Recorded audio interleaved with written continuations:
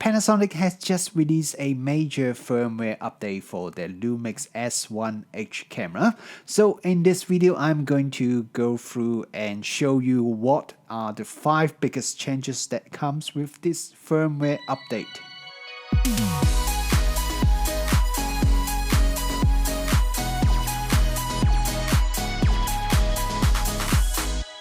Kia ora, good morning everyone, Richard Wong here. Welcome back to the channel.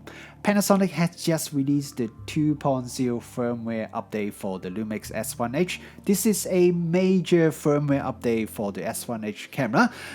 Originally, the ProRes Raw output was gonna be part of this firmware update, but they found some last minute issue and they decided they want to delay the launch of the ProRes Raw output, but the rest of features are still coming with this 2.0 firmware update. And talk about the ProRes Raw output, I have been actually testing it for the last week or so using a pre-production firmware, and I actually haven't found any issue at all, so I'm not too sure what's the issue they found. But I can tell you one thing is the 5.9K ProRes Raw video output is just amazing. The quality looks absolutely stunning. But one thing I want to give you a suggestion is, if you want to make sure you are well prepared for the ProRes Raw output, make sure you have a good high-speed HDMI cable, because when I first got the firmware update, it doesn't really work because my HDMI cable is not fast enough. I tried all the HDMI cable I had at home and none of them would work. I see nothing on the Ninja 5 when I enable the HDMI raw output, and that's because of the HDMI cable. I went and bought a new HDMI 2.0 cable, which they claim support 18 gigabit per second speed, but that still doesn't really work because while I can see the image, it will cut out every few seconds. And then finally I got another cable that then it works perfectly. So yeah, make sure you got a good high-speed cable if you want to be well prepared for the ProRes Raw update once it's available.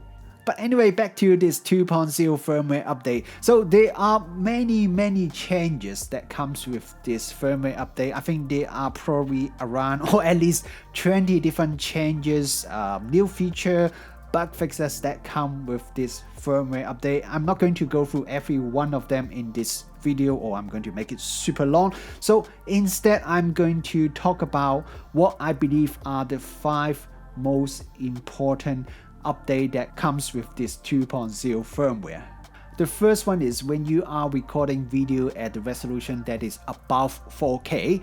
Previously, if you attach an external HDMI device recorder or just a screen to it, the camera wouldn't output HDMI signal to the external device. But now with the 2.0 firmware, it will also output HDMI signal to the external device. The signal is a downsample one, so it is not the full resolution signal. But at least for people who want to use the external screen to check the image when recording at 4K plus resolution, this is now possible.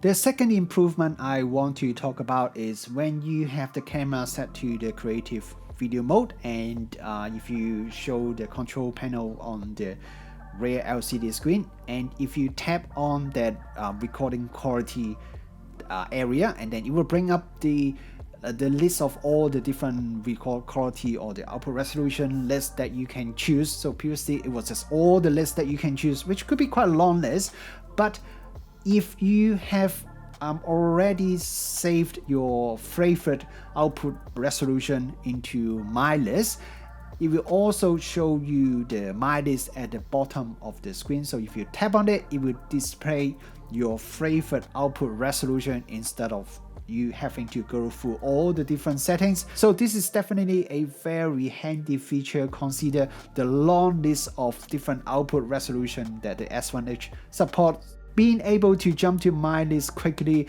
not only make it a lot easier and faster to go to your favorite output resolution, it also minimizes the chance that you select the incorrect output resolution by mistake. The third changes I want to talk about is now you have the option to disable using the shutter button to stop or start recording video. Panasonic implemented these changes after hearing feedback from some user who would quite often use the half click of shutter button to re-autofocus the video, and sometimes they just mistakenly stop the recording of video instead of just re-trigger the autofocus. So if you are someone who would quite regularly use the half click shutter button to adjust the autofocus, you can go into the settings menu and disable the start or stop recording video by the shutter button.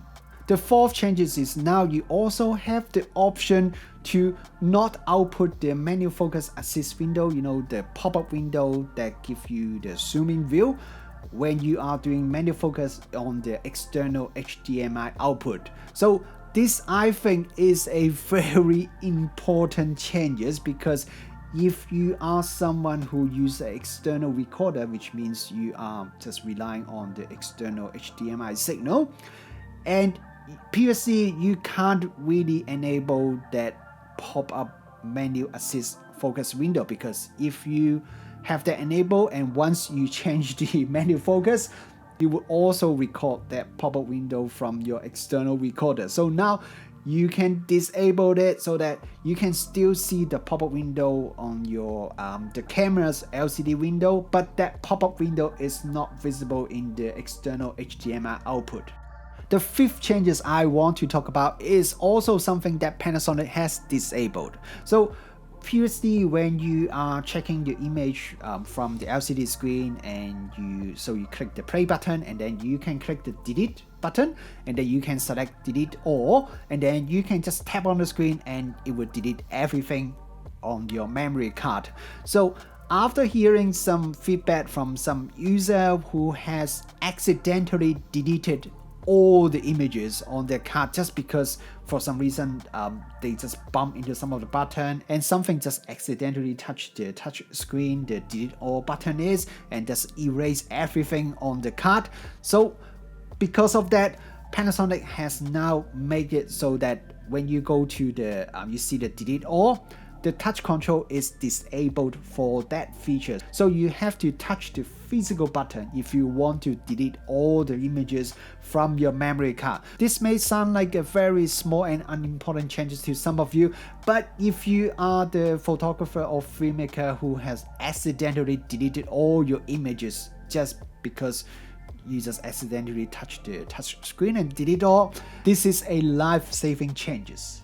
Okay, so these are 5 of the changes that I personally think are the biggest changes that come with this Firmware 2.0. You may have noticed like some of those are new things that now been enabled, but some of them are actually things that Panasonic just remove or give you the option to disable it.